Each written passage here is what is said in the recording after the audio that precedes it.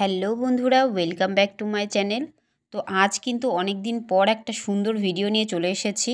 আজ কিন্তু তোমাদের আমি দেখাবো বডির মাপ অনুযায়ী কিভাবে তোমরা হাতা কাটিং করে নেবে একদম সঠিক নিয়মে। তো দেখো, এখানে কিন্তু আমি কাপড়কে 4 ভাঁজ করে নিয়েছি। এটা কিন্তু 4 ভাঁজে হচ্ছে। আর আমি কিন্তু প্রথমে লাইলিনটা কাটিং করে নিচ্ছি। তো এখানে তোমাদের হাতের ঝুল যতটা হবে তার থেকে কিন্তু 1 ইঞ্চি এক্সট্রা নিয়ে নেবে। এটা কিন্তু সেলাইয়ের জন্য তোমাদের লাগবে।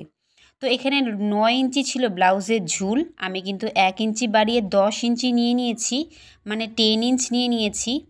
এবার বলি, বডির মাপ অনুযায়ী তোমাদের কিন্তু এই হাতের চওড়ার মাপটা নিতে হবে। তো তোমাদের বডির মাপ যতটা হবে তাকে কিন্তু 4 দিয়ে ভাগ করবে, ভাগ করে যেটা হবে সেটাই কিন্তু তোমাদের বডির মাপ। তো দেখো, এখানে 4 দিয়ে ভাগ করে হয়েছে আমার 10 ইঞ্চি। তো আমি কিন্তু চওড়াতে নিয়েছি 10 ইঞ্চি, আর এখানে কিন্তু আমি 3.5 ইঞ্চিতে ডাউন দিয়ে নিয়েছি। এবার দেখো, তোমরা বডিতে যতটা লুজ দিয়েছো, মানে এক্সট্রা কাপড় রেখেছো, সেই মাপটা কিন্তু আগে তোমরা দিয়ে নেবে। মানে আমি 2 ইঞ্চি রেখেছিলাম, তো 2 ইঞ্চি একটা সমান দাগ দিয়ে এইভাবে দেখো একটা কোনা মতো শেপ দিয়ে নিয়েছি। তো ওপরে তোমরা 2 ইঞ্চি থেকে 2.5 ইঞ্চি ছেড়ে দিয়ে তোমরা কিন্তু এই শেপটা দিয়ে নিতে পারো। তো এইভাবে দেখো একটা হাতের শেপ দিয়ে নিয়েছি। নিচে দেখো আমাদের যে মোহরার অংশটা, সেখানে কিন্তু তোমরা 2 দিয়ে ভাগ করবে মোহরাকে। তো এখানে 11 ইঞ্চি ছিল, আমি 2 দিয়ে ভাগ করেছি। তো এখানে কিন্তু আমার হয়েছে 5.5। এক্সট্রা নিয়েছি 2 ইঞ্চি লুজের জন্য, নিয়ে দুটো দাগকে আমি কিন্তু মিলিয়ে দিয়েছি। দেখো, তো কত সহজে হাতা কাটিং আমি করে নিলাম। তো এবার দেখো, হাতটাকে কিন্তু পুরোটা কাটিং করে নেব।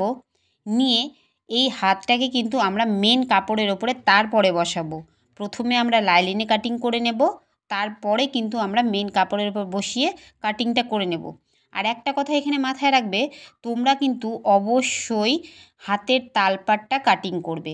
এখানে দেখো, তোমরা সামনের দিকে আমাদের যে হাতের যে ভাঁজটা থাকে বগলের ওখানে, এই যে অনেক সময় দেখবে কুঁচকে থাকে তোমাদের হাত। তো এইভাবে যদি তোমরা 1/2 ইঞ্চি মতো ডাউন দাও, মানে কেটে ফেলো, তাহলে কিন্তু কখনোই তোমাদের হাত কুঁচকে থাকবে না। আর অবশ্যই হাতটা কাটিং করার সময় তোমরা কিন্তু কাপড়টাকে খুলে নেবে, না হলে দেখবে 4 পার্ট একভাবেই কাটিং হয়ে যাচ্ছে। তো এই ভুলটা কিন্তু তোমরা কখনোই করবে না। তো তারপরে দেখো, মেন কাপড়টাকে নিয়ে নিয়েছি, আর এটাও কিন্তু 4 ভাঁজে থাকছে। তারপরে দেখো, আমি যে কাপড়টা কাটিং করলাম সেটাকে এর ওপরে বসিয়ে পুরোটা কিন্তু আমরা কাটিং করে নেব। তাহলে কিন্তু আমাদের হাত কাটিং কমপ্লিট হয়ে গেল। তো ভিডিওটা তোমাদের কেমন লাগলো অবশ্যই তোমরা কমেন্ট বক্সে কমেন্ট করো। যদি ভালো লাগে অবশ্যই একটা লাইক দিয়ে আমার পাশে থেকো। তো সবাই ভালো থেকো, টাটা।